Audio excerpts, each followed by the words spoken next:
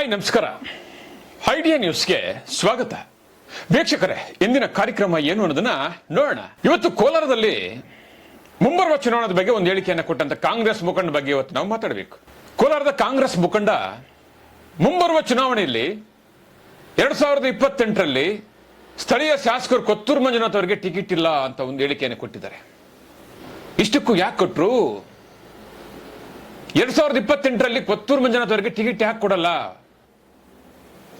ಯಾವ ಕಾರಣಕ್ಕಾಗಿ ಕೊಡಲ್ಲ? ಚುನಾವಣೆ ಇನ್ನೂ 2.5 ವರ್ಷ ಇದೆ. ಇವತ್ತು ನಮ್ಮ ಕೋಲಾರದಲ್ಲಿ ಕಾಂಗ್ರೆಸ್ ಮುಖಂಡ ಹೇಳಿರ್ತಕ್ಕಂಥ ಒಂದು ಹೇಳಿಕೆ ನೋಡಿದ್ರೆ ಕಾಂಗ್ರೆಸ್ ಅಲ್ಲೇ ಒಂದು ಶೇಕ್ ಆಗ್ತದೆ. ಮುಂಬರುವ ಚುನಾವಣೆಯಲ್ಲಿ ಕೊತ್ತೂರು ಮಂಜುನಾಥ್ ಅವರಿಗೆ 28ಕ್ಕೆ ಟಿಕೆಟ್ ಇಲ್ಲ. ಯಾರು ಹೇಳಿದ್ದು?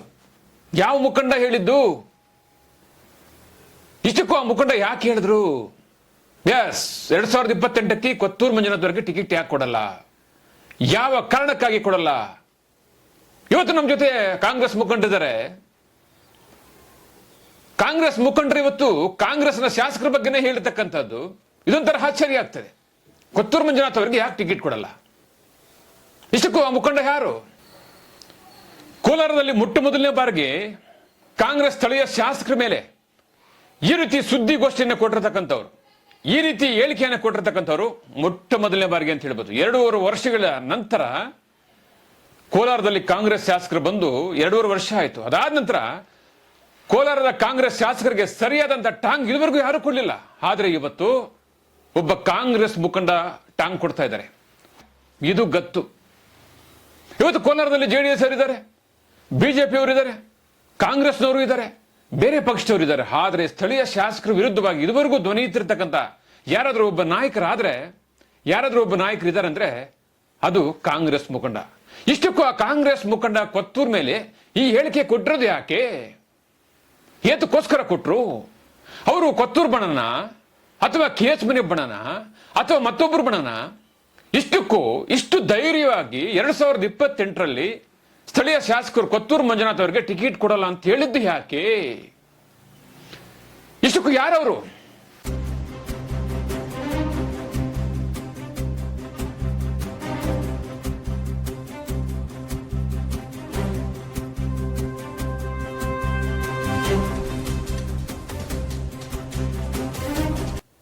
ಸಿಟಿ ಹೊಸೂರು ಮುರಳಿಗೌಡರು. ಸಿಟಿ ಹೊಸೂರು ಮುರಳಿಗೌಡ ಅಂದ್ರೆ ಕೋಲಾರದಲ್ಲಿ ಸ್ಥಳೀಯ ಶಾಸಕರ ಮೇಲೆ 2 ಆರೋಪಗಳನ್ನು ಮಾಡಿದಂಥವ್ರು. ಸಮಾಜ ಸೇವಕರು, ಕಾಂಗ್ರೆಸ್ನಲ್ಲಿ ಸುಮಾರು ವರ್ಷಗಳಿಂದ ಕಾಣಿಸ್ಕೊಂಡಂಥವ್ರು. ಸುಮಾರು ಕಾಂಗ್ರೆಸ್ನ ಎಲ್ಲ ಮುಖಂಡರ ಜೊತೆ ಹಲವಾರು ಸೇವೆಗಳನ್ನು ಮಾಡ್ಕೊಂಡು ಬರ್ತಕ್ಕಂಥವ್ರು. ಸಮಾಜ ಸೇವಕರು ವಿವಿಧ ಇಲಾಖೆಗಳ ಮೇಲೆ, ವಿವಿಧ ನಾಯಕರ ಮೇಲೆ ಧ್ವನಿ ಎತ್ತಿ ಸುಮಾರು ಸೇವೆಗಳನ್ನು ಮಾಡಿದಂಥವ್ರು. ಸಿಟಿ ಹೊಸೂರು ಮುರಳಿಗೌಡರ ಪಂಚಾಯಿತಿಯಲ್ಲಿ ಒಂದು ಕಾರ್ಯಕ್ರಮ ಗುದ್ದಲಿ ಪೂಜೆ ಆಗುವಾಗ ಕೊತ್ತೂರು ಮಂಜುನಾಥ್, MLC ಅನಿಲ್ ಕುಮಾರ್ ಮತ್ತು ಇದೇ ಮುರಳಿಗೌಡರಿಗೆ ಅಲ್ಲಿ ಒಂದಷ್ಟು ಗಲಾಟೆ ಆಯಿತು. ಯಾವ ಕಾರಣಕ್ಕಾಗಿ? ಇಲ್ಲಿ ನೀವು ಟೆಂಡರ್ ಹಾಕಿದ್ರೆ ನಮಗೊಂದು ಡಾಕ್ಯುಮೆಂಟ್ ತೋರಿಸಿ, ಯಾವಾಗ ಟೆಂಡರ್ ಆಯ್ತು, ಏಕಾಯ್ತು ಅಂತ ಕೇಳಿದ್ದಕ್ಕೆ MLC ಅನಿಲ್ ಕುಮಾರ್, ಕೊತ್ತೂರು ಮಂಜುನಾಥ್ ಇಬ್ಬರೂ ಕೂಡ ಅವ್ರ ಮೇಲೆ ಗಲಾಟೆಗೆ ಬಂದಿದ್ರು. ಅದಲ್ಲದೆ ಜೊತೆಯಲ್ಲಿ ಮುಖಂಡರು ಕೂಡ ಗಲಾಟೆಗೆ ಬಂದಿದ್ರು. ಆ ವಿಷಯಕ್ಕೋಸ್ಕರನೇ ಇವತ್ತು ನಾವು ಮುರಳಿಗೌಡ ಹತ್ರ ಒಂದಷ್ಟು ಸುದ್ದಿ ಕೇಳಕ್ ಬಂದಿದ್ವಿ. ಅವತ್ತು ನಿಮ್ಮಿಬ್ಬರಿಗೂ ಏನ್ ಗಲಾಟೆ ಆಯ್ತು, ಯಾಕಾಯ್ತು, ಅವತ್ತು ಮಾಡಿರುವ ಗುದ್ದಲಿ ಪೂಜೆ ಕೆಲಸ ಆಯ್ತಾ ಇಲ್ವಾ ಅನ್ನೋ ಒಂದು ಪ್ರಶ್ನೆ ಕೇಳೋದಕ್ಕೆ ಇವತ್ತು ನಾವು ಸಿಟಿ ಹೊಸೂರು ಮುರಳಿಗೌಡ ಹತ್ರ ಬಂದಿದ್ದೀವಿ. ಸಿಟಿ ಹೊಸೂರು ಮುರಳಿಗೌಡರು ಏನ್ ಹೇಳ್ತಾರೆ ಬನ್ನಿ, ನಮ್ಮ ಜೊತೆ ಮುರಳಿಗೌಡ ಇದ್ದಾರೆ, ಏನ್ ಮಾತಾಡ್ತಾರೋ ನೋಡೋಣ.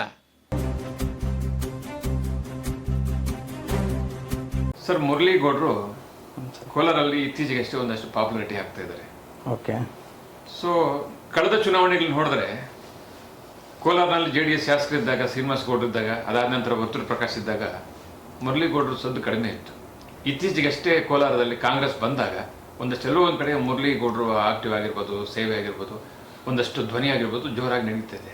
ಏನು ಸರ್ ನಿಮ್ಮ ಪ್ಲಾನ್ ಏನಿದೆ ಸರ್? ಸರ್, ನೀವು ಹೇಳಿದ್ದು ಅದರಲ್ಲಿ ಸ್ವಲ್ಪ ಇದಿದೆ. ನಾನು 2013 ನನ್ನ ಕೋಲಾರದಲ್ಲಿ ಎಲ್ಲರೂ ಕೋಲಾರದಿಂದ ಬೆಂಗಳೂರು ರಾಜಕೀಯ ಮಾಡೋಕ್ಕೆ ಹೋಗ್ತಾರೆ. ಬಟ್ ನಾನು ರಾಜಕೀಯ ಮಾಡಬೇಕಂತ ಬೆಂಗಳೂರಿಂದ ಕೋಲಾರಕ್ಕೆ ಬಂದಿರೋ ಸರ್. ಬೆಂಗಳೂರಿಂದ ಕೋಲಾರಕ್ಕೆ ಬಂದಿರೋ ರಾಜಕೀಯ ಮಾಡೋಕ್ಕೆ. ಇಲ್ಲಿ ನಾನು ಕೋಲಾರದಲ್ಲಿ ನಾನು ಹುಟ್ಟಿ ಬೆಳೆದಿದ್ದು ಎಲ್ಲ ಇಲ್ಲೇ ಇರ್ಬೋದು. ಬಟ್ ನಾನು ಓದಿದ್ದು ಮತ್ತು ನನ್ನ ಕೆಲಸ ಮಾಡಿದ್ದು ಎಲ್ಲ ಬೆಂಗಳೂರಲ್ಲಿ. ಅದಾದಮೇಲೆ ರಾಜಕೀಯ ಮಾಡ್ಬೇಕಂತ ಹೇಳ್ಬಿಟ್ಟೆ ನಾವು ಕೋಲಾರಕ್ಕೆ ಬಂದಿದ್ದು. ರಾಜಕೀಯ ಮಾಡಕ್ಕೆ ಬಂದಬೇಕು ಅಂತ ಹೇಳಿದ್ರಲ್ಲ. ಸೊ ಕೋಲಾರ ಬರಕ್ಕೆ ಮೊದಲು ತಾವೇನು ಮಾಡ್ತಾ ಇದ್ದೀರಿ ಸರ್? ಸರ್ ನಾನು ಕಾಲೇಜ್ ಪ್ರೊಫೆಸರ್ ಆಗಿ ಕೆಲಸ ಮಾಡಿದ್ದೆ. ನಾನು ನನ್ನ ಡಿಗ್ರಿ ಮತ್ತು MBA ಮತ್ತು Canara bank school of manage studies ಅಂತ ಸೆಂಟ್ರಲ್ ಕಾಲೇಜಲ್ಲಿ ಮಾಡಿದೆ, ಗೌರ್ಮೆಂಟ್ ಕಾಲೇಜಲ್ಲಿ. ಅಲ್ಲಿ ನಾನು ಇದರಲ್ಲಿ MBAದಲ್ಲಿ ಗೋಲ್ಡ್ ಮೆಡಲಿಸ್ಟ್ ತೊಗೊಂಡಿದ್ದೆ ಫಿನಾನ್ಸ್ ಇದರಲ್ಲಿ. ಮತ್ತು ನಾನು 6 ಮಂತ್ಸು ಆಸ್ಟ್ರೇಲಿಯಾದಲ್ಲಿ ಕೆಲಸ ಮಾಡಿದ್ದೆ. ಅದಾದಮೇಲೆ ಬಂದು KLE ಕಾಲೇಜು ಮತ್ತು ಮಾರಾಣಿ ಕಾಲೇಜಲ್ಲಿ 5 ವರ್ಷ ಲೆಕ್ಚರಾಗಿ ಕೆಲಸ ಮಾಡಿ ಅನಂತರ ನಾನು ಈಗ ಊರ ಕಡೆ ಬರ್ತಾಯಿದ್ದೀನಿ ಸರ್. ಸೊ ಕೋಲಾರದಲ್ಲಿ ಕಾಂಗ್ರೆಸ್ ಬಂದ ಮೇಲೆ ನಿಮ್ಮ ಸೇವೆಗಳು ಏನೇನು ಮಾಡಿದೆ ಸರ್? ಸರ್ ನಾನು ಬಂದಿದ್ದು ಇಲ್ಲಿ ನಾನು ಬಂದಾಗ ನನಗೆ ಸಿಕ್ಕಿದ್ದು ಅಂತಂದರೆ, ನಾನು DK ರವಿ ಸರ್ ನಮ್ಮ ಹಾಸ್ಟೆಲಲ್ಲಿ ನಮ್ಮ ಸೀನಿಯರ್ ಆಗಿದ್ದರು. ಅದರಿಂದ ನಾನು DK ರವಿ ಸರ್ಗೆ ತುಂಬ ಹತ್ರ ಇದ್ದೆ. ಅವರು ಮರಣ ಆದಮೇಲೆ ಅದು ಕೇಸ್ನ CBIಗೆ ಹಾಕಬೇಕಂದಾಗ ನಾನು ಆ DK ರವಿ ಅಭಿಮಾನಿ ಸಂಘದ ರಾಜ್ಯಾಧ್ಯಕ್ಷನಾಗಿ ನನ್ನನ್ನು ಡಾಕ್ಟರ್ ರಮೇಶ್ ಅವರು ಮತ್ತು ಇನ್ನೂ ಕೆಲವರು ನಮ್ಮ ಕೋಲಾರದ ಭಾಗದ ಎಲ್ಲ ಮುಖಂಡರು, ನೀನು ಚೆನ್ನಾಗಿ DK ರವಿ ಬಗ್ಗೆ ಚೆನ್ನಾಗಿ ಗೊತ್ತಿದೆ ಮತ್ತು ಅವ್ರು ಇದೇ ಅನ್ವಯ ಆಗಿದೆಯಾ, ನೀನು ಅಧ್ಯಕ್ಷರಾಗು ಅಂತ ಹೇಳ್ಬಿಟ್ಟು ನನ್ನ ರಾಜ್ಯಾಧ್ಯಕ್ಷರು ಮಾಡಿ DK ರವಿ ಕೇಸ್ನ CBI ಹಾಕೋದ್ರಲ್ಲಿ ನನ್ನ ಪಾಲು ಮತ್ತು ನಮ್ಮ DK ರಮೇಶ್ ಪಾಲು ತುಂಬ ಇದಿದೆ. ಅದರಿಂದ ನಾನು ಅಲ್ಲಿಂದ ಬಂದು DK ರಮೇಶ್ DK ರವಿ ಹೋರಾಟ ಮಾಡ್ತಿದ್ದಾಗ KH ಮುನಿಯಪ್ಪನವ್ರ ಕಣ್ಣಿಗೆ ನಾನು ಕಾಣಿಸ್ಕೊತೀನಿ. KH ಮುನಿಯಪ್ಪನವರು ಈ ಹುಡುಗ ತುಂಬ ಟ್ಯಾಲೆಂಟ್ ಇದ್ದಾನೆ ಮತ್ತು ಜನಗಳಲ್ಲಿದ್ದಾನೆ ಅಂತ ಹೇಳ್ಬಿಟ್ಟು 2017ರಲ್ಲಿ ಅವರು ನನ್ನನ್ನು ಕಾಂಗ್ರೆಸ್ಗೆ ಕರ್ಕೊತಾರೆ ಸರ್.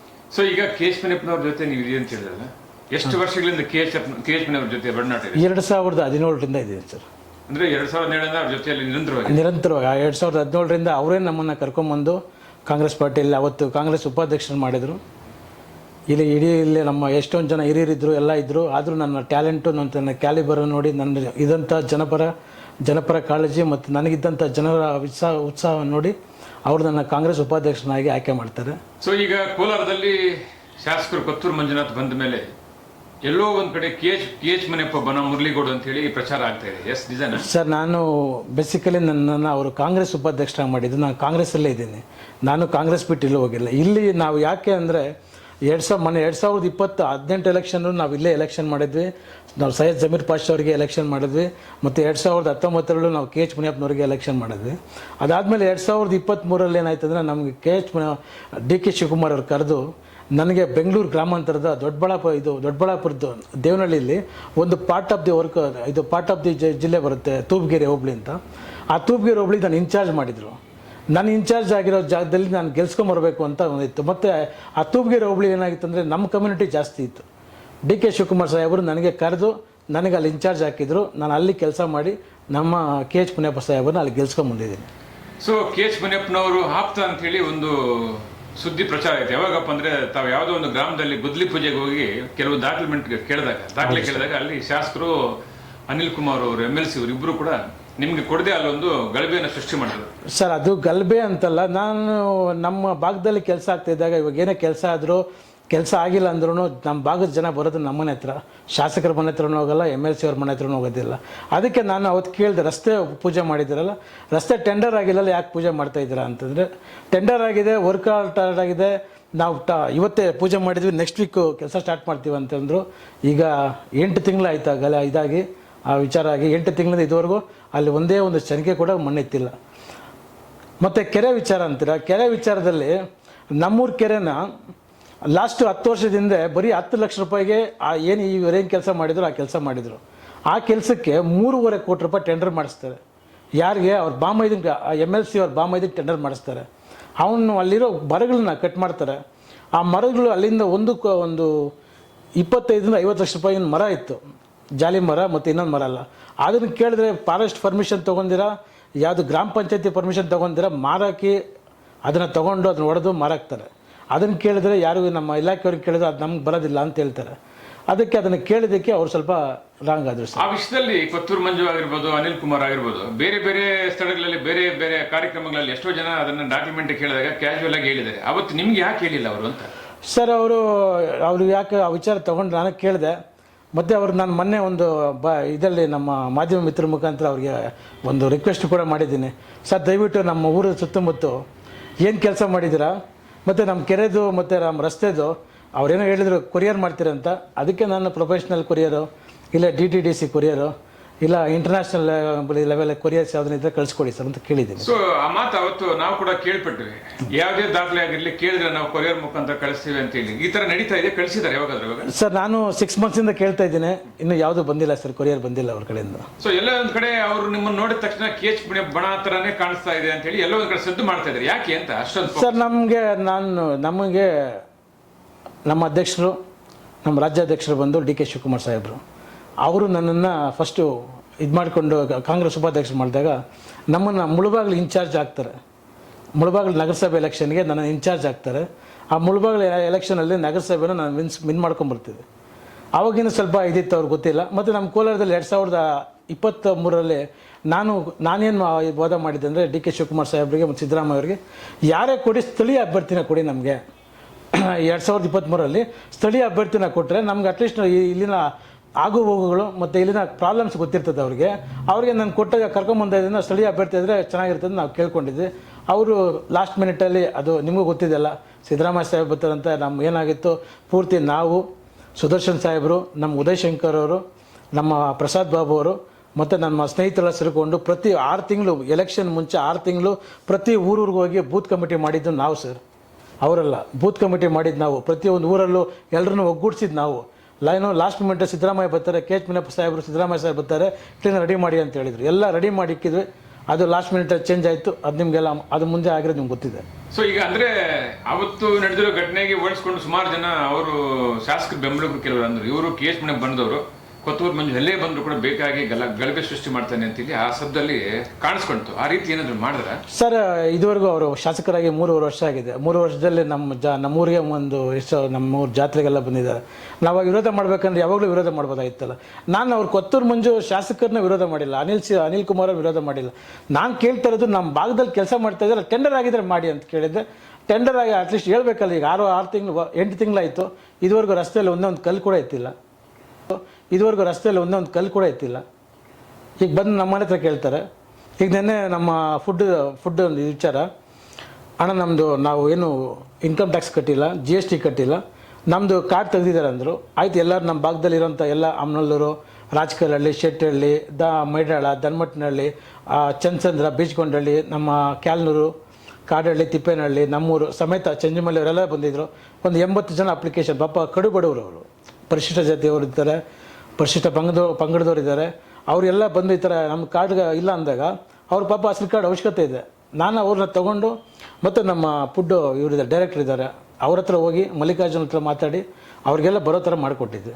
ಅದು ನಾವು ಶಾಸಕರು ಮಾಡಬೇಕಾದ್ರೆ ಕೆಲಸ. ಅವ್ರು ನಮ್ಮ ಹತ್ರ ಬರ್ತಾರೆ ಅಂದರೆ ನಮ್ಮ ಮೇಲೇನೋ ಒಂದು ಟ್ರಸ್ಟ್ ಇದೆ ಅಂತ ಅರ್ಥ. ಸೊ ಈಗ ಕೊತ್ತೂರು ಮಂಜುನಾಥ್ ಅವರು ಕಾಂಗ್ರೆಸ್ನವರು, ಮುರಳೀಗೌಡರು ಕಾಂಗ್ರೆಸ್. ಹೌದು.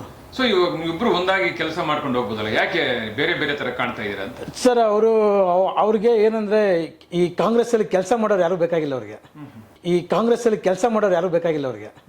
ಅವ್ರ ಹಿಂದೆ ಹಿಂಬಾಲಕರಾಗಿ ನಿಂತ್ಕೊಳ್ಳೋಂಥ ಕೆಲಸ ಆಗಬೇಕು. ಇಲ್ಲಿ ಕೆಲಸ ಮಾಡಿದ್ರು ಯಾರು ಸರ್? ನಾನು ಅವ್ರಿಗೊಂದು ಒಂದು ಎಕ್ಸಾಂಪಲ್ ಕೊಡ್ತೀನಿ ಸರ್. ನಮ್ಮ ವಾರ್ಡಲ್ಲಿ ನಾನು ಕಾಂಗ್ರೆಸ್ಗೆ ಒಂದು ಕ್ಯಾಂಡಿಡೇಟ್ನ ರೆಡಿ ಮಾಡಿ ಕೊಟ್ಟಿದ್ವಿ ಸರ್. ಇದು ನಾನು ಈಗ ವೇಮ್ಗಲ್ಲಿ ನಮ್ಮ ಆಫೀಸರ್ ವಾರ್ಡಲ್ಲಿ ನಾನು ಕಾಂಗ್ರೆಸ್ಗೆ ಒಂದು ಕ್ಯಾಂಡಿಡೇಟ್ ಸೆಲೆಕ್ಟ್ ಮಾಡಿಕೊಟ್ಟಿದ್ದೆ. ಸುದರ್ಶನ್ ಸಾಹೇಬ್ರಿಗೆ ಹೋಗಿ ಹೇಳಿದೆ, ಸರ್ ಈ ಕ್ಯಾಂಡಿಡೇಟ್ ಕೊಟ್ಟು ಗೆಲ್ಸ್ಕೊಂಬತ್ತೀರಿ ಅಂತ. ಅವರು ಕೊತ್ತೂರು ಮಂಜು ಹೇಳ್ಬಿಟ್ಟಿಲ್ಲ, ಅವ್ನು ಹೇಳಿದ್ದಾದರೆ ಕ್ಯಾಂಡಿಡೇಟ್ ಕೊಡಬಾರ್ದು ಅಂದರು. ಅದಕ್ಕೆ ಅವ್ರು ಹೇಳಿದ ಮೇಲೆ ನಾವು ಇಲ್ಲೊಬ್ಬ ಇಂಡಿಪೆಂಡೆಂಟಾಗಿ ಗೆಲ್ಸ್ಕೊತೀವಿ, ಇಲ್ಲಿ ಇಂಡಿಪೆಂಡೆಂಟ್ ಹಾಕೊತೀರಿ, ಇಂಡಿಪೆಂಡೆಂಟಾಗಿ ಗೆಲ್ಸ್ಕೊಂಬತ್ತೀವಿ ಸರ್ ನಾವಿಲ್ಲಿ. ಅವರು ಕರೆಕ್ಟಾಗಿ ನಮ್ಮ ನಗರಸಭೆ ಎಲೆಕ್ಷನ್, ನಮ್ಮ ಪಟ್ಟಣ ಪಂಚಾಯತ್ ಎಲೆಕ್ಷನಲ್ಲಿ ನಮ್ಮನ್ನು ಎಲ್ಲ ಜೊತೆಲಿ ಹಾಕೊಂಡು ಹೋಗಿದ್ದಾರೆ. 13 ಬರ್ತಾಯಿದ್ವಿ ಸರ್ ನಾವಿಲ್ಲಿ. ಸೊ ಯಾಕೆ ನಿಮ್ಮನ್ನು ಅವ್ರ ಜೊತೆಗೆ ಹಾಕ್ಸ್ಕೊಂತ ಇಲ್ಲ ಅಂತ ಏನು ಕಾರಣ? ಇದರಿಂದ ಏನಿದೆ ರಹಸ್ಯ ಅಂತ ಗೊತ್ತಿಲ್ಲ ಸರ್. ಅದು ಅವ್ರನ್ನೇ ಕೇಳಬೇಕಾಗತ್ತೆ. ನೀವು ಯಾವತ್ತಾರ ಅವ್ರು ಸಿಕ್ಕಿದಾಗ ಒಂದ್ಸರಿ ಅವ್ರನ್ನ ಕೇಳಬೇಕಾಗತ್ತೆ. ಮತ್ತು ಅವರು ಯಾಕೆ ದ್ವೇಷದ ರಾಜಕಾರಣ ಮಾಡ್ತಾ ಇದ್ದಾರೆ ಅಂತ ನಂಗೆ ಗೊತ್ತಿಲ್ಲ. ದ್ವೇಷ ರಾಜಕೀಯ ಅಂದ್ರಲ್ಲ, ಅವರು ನಿಮ್ಮ ಮೇಲೆ ದ್ವೇಷ ಇಟ್ಕೊಂಡಿದ್ದಾರೆ ಅಥವಾ ನೀವು ಕೆ ಎಚ್ ಮುನಿಯಪ್ಪ ಜೊತೆ ಇದೀರಾ ಅಂತಿಲ್ಲ, ಅವ್ರ ಮೇಲೆ ದ್ವೇಷ ಇಟ್ಕೊಂಡಿದ್ದಾರೆ ಅಂತ ಗೊತ್ತಿಲ್ಲ ಸರ್. ಕೆ ಎಚ್ ಮುನಿಯಪ್ಪ ಅವರು ಪಾಪ ಅವರು 35 ವರ್ಷದಲ್ಲಿ ಇದ್ದರು ಸರ್. ಯಾವತ್ತೂ ದ್ವೇಷದ ರಾಜಕಾರಣ ಯಾವತ್ತೂ ಮಾಡಿರಲಿಲ್ಲ. ಒಂದು ರೀತಿಯಲ್ಲಿ ನಾನು ಹೇಳ್ಬೇಕಂದ್ರೆ, ಅವರು ಕೆ ಎಚ್ ಮುನಿಯಪ್ಪನ ಸೋಲಿಸಿದ್ದು ನಮ್ಗೆ ಒಳ್ಳೇದಾಯಿತು ಸರ್. 2019ರಲ್ಲಿ ಅವ್ರು ಸೋಲಿಸಿಲ್ಲ ಅಂದಿದ್ದೆ, ಅವರು ಎಲ್ಲ ಸೇರಿಕೊಂಡು ಸೋಲಿಸಿಲ್ಲ ಅಂದಿದ್ದರೆ ಅವ್ರು ನಮ್ಮ 2023ರಲ್ಲಿ ನಮ್ಮ ಕರ್ನಾಟಕ ಭಾಗದ ಒಬ್ಬ ಇಂಪಾರ್ಟೆಂಟ್ ಪೊಸಿಷನಲ್ಲಿ ಸಚಿವರಾಗ್ತಾನೆ ಇರಲಿಲ್ಲ. ಇವತ್ತು ಅವರು ಟಾಪ್ 4 ಇದ್ದಾರೆ. ಅದಕ್ಕೆ ಕಾರಣ ಇವರೇ. ನಾನು ಅದಕ್ಕೆ ಅವ್ರಿಗೆ ಸೆಲ್ಯೂಟ್, ಅವ್ರಿಗೆ ನಮಸ್ಕಾರ ಹೇಳ್ತೀನಿ. ಸಚಿವರಾಗಕ್ಕೆ ಒಂದು ಅವಕಾಶ ಸಿಕ್ತು. ಮತ್ತು ನಮ್ಮ ಭಾಗದಲ್ಲಿ ಎಲ್ಲರಿಗೂ ಅವ್ರು ಸೇವೆ ಮಾಡೋಂಥ ಇದು ಸಿಕ್ತು, ಅವ್ರಿಗೆ ಭಾಗ್ಯ ಸಿಕ್ತು. ಈಗ ಕೊತ್ತೂರು ಮಂಜುನಾಥ್ ಅವರು ಕಾಂಗ್ರೆಸ್, ಅನಿಲ್ ಕುಮಾರ್ ಕಾಂಗ್ರೆಸ್, ನೀವು ಕಾಂಗ್ರೆಸ್. ಹೌದು, ಕೊತ್ತೂರು ಮಂಜು ಬಂದು ಕೋಲಾರಿಗೆ 2.5 ವರ್ಷ ಆಯ್ತು. ಹೌದು ಸರ್. ಅವ್ರ ಅಭಿವೃದ್ಧಿ ಬಗ್ಗೆ ತಾವೇನು ಹೇಳ್ತೀವಿ ಸರ್? ಸರ್, ಅಭಿವೃದ್ಧಿ ಅವರು ಬಂದಾಗ ಹೇಳಿದರು, ನಾನು ಕೇಳ್ಪಟ್ಟೆ ನಿಮ್ಮಂಥ ಮಾಧ್ಯಮಗಳಲ್ಲಿ ಕೋಲಾರನ ಸಿಂಗಾಪುರ್ ಮಾಡ್ತೀರಂತ ಹೇಳಿದರು. ನಾವು ಆ ಭ್ರಮೆಯಲ್ಲಿ ನಾನು ಇದ್ದೆ ಸರ್. ನಮ್ಮ ಕೋಲಾರ ಸಿಂಗಾಪುರ್ ಆಗುತ್ತೆ, ಮತ್ತು ನಮ್ಮ ಕೋಲಾರಿಗೆ ಇದು ರಿಂಗ್ ರೋಡ್ ಬರುತ್ತೆ, ಒಂದು ಮೆಡಿಕಲ್ ಕಾಲೇಜ್ ಬರುತ್ತೆ, ಮತ್ತು ನಮ್ಮ ವೇಮ್ಗಲ್ಲು ಮತ್ತು ನರಸಾಪುರ, ಕ್ಯಾಲ್ನೂರು, ಒಕ್ಲೇರಿ ಏನು ಹೋಬಳಿ ಸೆಂಟ್ರ್ ಇದೆಯೋ ಅದನ್ನು ಅಟ್ಲೀಸ್ಟು ಅವರು ಸಿಂಗಾಪುರ್ ಅಂತ ಹೇಳಿದರು. ಅಟ್ಲೀಸ್ಟು ವೇಮ್ಗಲ್ಲಾಗಿ ಮಾಡ್ತಾರೆ, ಕ್ಯಾಲ್ನೂರಾಗಿ ಮಾಡ್ತಾರೆ, ಒಕ್ಲೇರಿಯಾಗಿ ಮಾಡ್ತಾರೆ ಅಂತ ಅಂದ್ಕೊಂಡಿದ್ದೆ. ಸಿಂಗಾಪುರು ಮಾಡಲಿಲ್ಲ, ಈ ಕಡೆ ನಮ್ಮ ವೇಮ್ಗಲ್ ಆಗೋಕ್ಕೂ ಬಿಡಿಲ್ಲ ಸರ್ ಅವರು. ಸಿಂಗಾಪುರು ಮಾಡಲಿಲ್ಲ, ಈ ಕಡೆ ನಮ್ಮ ವೇಮ್ಗಲ್ ಆಗೋಕ್ಕೂ ಬಿಡಿಲ್ಲ ಸರ್ ಅವರು. ಸೊ ಈಗ ಅವರು ನಾನು ನುಡಿದಂತೆ ನುಡಿದೀನಿ ಅಂತ ಹೇಳ್ತಾರಲ್ಲ, ಸೊ ಇವೆಲ್ಲ ಸರ್ ನೀವು ಕೋಲಾರಕ್ಕೆ ಹೋಗಿದ್ದೆ? ಸಿಂಗಾಪುರ್ ನೋಡಿದ್ದೆ ಸರ್? ಕೋಲಾರದಲ್ಲಿ ನೋಡಿದ್ದೀನಿ. ಹಾಂ, ಸಿಂಗಾಪುರ್ ಆಗಿದೆಯಾ ಕೋಲಾರ? ಹೆಸರು ನೋಡಿದ್ದೀನಿ ಅಷ್ಟೇ, ಸಿಂಗಾಪುರ್ ಆಗಿಲ್ಲ ಎಲ್ಲೂ ಕೂಡ. ಸಿಂಗಾಪುರ್ ಆಗಿದ್ರೆ ಕೇಳಿ ಸರ್, ನಮ್ಮ ವೇಮ್ಗಲ್ ಭಾಗದಲ್ಲಿ ನಮ್ಮ ಸೀತಿ ಬೆಟ್ಟಕ್ಕೆ ಇಲ್ಲಿಂದ ಎಲೆಕ್ಷನ್, ಪಟ್ಟಣ ಪಂಚಾಯತಿ ಎಲೆಕ್ಷನ್ ಮುಂಚೆ ಇಲ್ಲಿಂದ ವೇಮ್ಗಳಿಂದ ಸೀತಿ ಬೆಟ್ಟಕ್ಕೆ ಡಬಲ್ ರಸ್ತೆ ಅಂತ ಹೇಳ್ತಾರೆ. ಆ ಡಬಲ್ ರಸ್ತೆಗೆ ಅಟ್ಲೀಸ್ಟ್ ಪೂಜೆ ಮಾಡಿದ್ರಲ್ಲ, ಪೂಜೆ ಮಾಡಿದಾಗ ಒಂದು ಇದೆಲ್ಲ ಮಾಡಿಸಿರ್ತಾರೆ, DPR ಮಾಡಿಸಿರ್ತಾರೆ. ಪುರಳ್ಳಿ ಅನ್ನೋ ಗ್ರಾಮದಲ್ಲಿ ಡಬಲ್ ರಸ್ತೆ ಮಾಡಿದರೆ ಇಡೀ ಪುರಳ್ಳಿ ಅನ್ನೋ ಗ್ರಾಮನೇ ಇರೋದಿಲ್ಲ. ಈ ಕಡೆ ಬೆಟ್ಟ ಇದೆ, ಈ ಕಡೆ ಕೆರೆ ಇದೆ. ಹೆಂಗೆ DPR ಮಾಡಿಕೊಟ್ರು, ಯಾರು DPR ಮಾಡಿಕೊಟ್ರು ಅಂತ ಗೊತ್ತಿಲ್ಲ. ಪೂಜೆ ಮಾಡಿಬಿಟ್ರು, ಡಬಲ್ ರಸ್ತೆ ಆಗಿದೆ, ಮಾಡ್ತಾಯಿದ್ದೀವಿ ಅಂತ ಹೇಳ್ಬಿಟ್ಟು 1 ವರ್ಷದಿಂದ ಡಂಗೂರು ಹೊಡಿತಾನೆ ಇದ್ದಾರೆ. ಇದುವರೆಗೂ ನಾವು ಒಂದೇ ಒಂದು JCB ಒಂದು ಕೂಡ ಟಚ್ ಕೂಡ ಮಾಡಿಲ್ಲ. ಸೊ ಒಟ್ಟಾರೆ ಇವ್ರ ಉದ್ದೇಶ ಏನು ಅಂತ? ಅವ್ರ ಉದ್ದೇಶ, ನಾವು ಸಿದ್ದರಾಮಯ್ಯ ಸಾಹೇಬರು ಬರ್ತಾರೆ, ಎಲ್ಲ ಸುದರ್ಶನ್ ಸಾಹೇಬರು ನಿಂತ್ಕೊಂತಾರೆ ಅಂತ ಹೇಳ್ಬಿಟ್ಟು ನಾವು ಏನು ಮಾಡಿದ್ವಿ, ಪ್ರತಿ ಊರಲ್ಲೂ ಬೂತ್ ಕಮಿಟಿ ಮಾಡಿ ರೆಡಿ ಮಾಡಿದ್ರಿ, ಎಲ್ಲ ಇದು ಮಾಡಿದ್ರು. ಅವ್ರು ಆರಾಮಾಗಿ ಬಂದು ಅದನ್ನು ಎಂಜಾಯ್ ಮಾಡ್ತಾಯಿದ್ದಾರೆ. ದೇವ್ರು ಒಳ್ಳೇದು ಮಾಡಲಿ ಸರ್ ಅವ್ರಿಗೆ. ಸರ್, ಕೊತ್ತೂರು ಮಂಜುನಾಥ್ ಅವರು ಮುಂಬರುವ ಚುನಾವಣೆಯಲ್ಲಿ ಗೆಲ್ತೀನಿ ಅಂತೇಳಿ ಎಲ್ಲೋ ಒಂದು ಕಡೆ ವೇದಿಕೆಯಲ್ಲಿ ಹೇಳಿದ್ದಾರೆ. ಸೊ ಗೆಲ್ತಾರೆ ಸರ್ ಚುನಾವಣೆಗೆ ಬಂದರೆ? ಸರ್, ಅವರು ಬರ್ತಾರೆ, ನೋಡೋಣ ಸರ್. ಕೊತ್ತೂರು ಮಂಜು ಸುಮಾರು ಕಡೆ ಹೇಳ್ತಾ ಇದ್ದಾರೆ, ಕೋಲಾರಲ್ಲಿ ಮತ್ತೊಂದು ಸಾರಿ ಅವಕಾಶ ಕೊಡಿ ನನಗೆ ಅಂತ ಹೇಳ್ತಾ ಇದ್ದಾರೆ. ಕೊಡ್ಬೋದಾ ಜನ? ಸರ್, 100% ಕೊಡೋದಿಲ್ಲ ಸರ್. 100% ಕೊಡೋದಿಲ್ಲ ಸರ್. 100% ಕೊಡೋದಿಲ್ಲ ಸರ್. ಯಾಕೆ ಅಂತ ಕಾರಣ? 100% ಕೋಲಾರದಲ್ಲಿ ಜನಕ್ಕೆ ಅರಿವಾಗಿದೆ. ಸ್ಥಳೀಯ ಅಭ್ಯರ್ಥಿನ ಯಾರನ್ನಾದರೂ ಆಯ್ಕೆ ಮಾಡಬೇಕು ಅಂತ, ಸ್ಥಳೀಯ ಅಭ್ಯರ್ಥಿನ ನಮ್ಮ ಕಾಂಗ್ರೆಸ್ಸಿಂದ ಆಯ್ಕೆ ಮಾಡ್ತೀವಿ. ಆಯ್ಕೆ ಮಾಡಿ ಅವ್ರನ್ನ ಗೆಲ್ಸ್ಕೊಂಡ್ಬರ್ತೀವಿ ಸರ್. ಬಟ್ ಜನ ಒಪ್ಕೊಳ್ಳೋದಿಲ್ವಲ್ಲ. ಒಂದು ಮಾತು, ಯಾವುದೇ ಕಾರಣಕ್ಕೂ ಕೊತ್ತೂರು ಮಂಜು ನೆಕ್ಸ್ಟ್ ಬರಲ್ಲ ಅಂತಂದ್ರಲ್ಲ? ಹೌದು ಸರ್, ಬರೋದಿಲ್ಲ. ಯಾವ ಕಾರಣ ಅಂತ ಹೇಳಿದ್ರೆ ಬರಲ್ಲ ಅಂತ? ಸರ್, ಸ್ಥಳೀಯ ಜನಗಳನ್ನ ಯಾರಿಗೂ ಸಿಗ್ತಾ ಇಲ್ಲ. ಯಾರೇ ಪಾಪ ನಮ್ಮ ಭಾಗದವರು ಯಾರು ಒಬ್ಬ ರೈತರಿಗೂ ಅವರು ಒಂದು ಟಚ್ಚಲ್ಲಿಲ್ಲ. ಏನೇ ಮಾತಾಡ್ಬೇಕಂದ್ರೂ ಯಾರೋ ಒಂದು ಈ ಭಾಗದಲ್ಲಿ ಒಬ್ಬನ ಮಡಗಿರ್ತಾರೆ, ಅವನ ಮುಖಾಂತರ ಹೋಗ್ಬೇಕು. ಯಾವುದು ಅವ್ರಿಗೆ ಸಿಕ್ಕಿಲ್ಲ ಅಂದರೆ ಅವ್ರಿಗೆ ಆ ಕೆಲಸ ಇಲ್ಲ.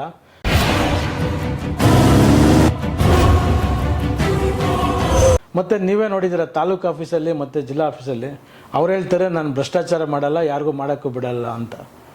ನೀವು ಹೋಗಿ ಜಸ್ಟ್ ಸಿಂಪಲ್ಲಾಗಿ ತಾಲೂಕು ಆಫೀಸ್ಗೆ ಹೋಗಿ ಒಂದು ಪೋಡಿಗೆ ಹಾಕಿ, ಇಲ್ಲ ಒಂದು ಖಾತೆ ಚೇಂಜ್ ಮಾಡಿ ಕೇಳಿ, AC ಆಫೀಸಲ್ಲಿ ಒಂದು ಆರ್ಡ್ರ್ ಮಾಡಿಸ್ಕೊಂಬನ್ನಿ.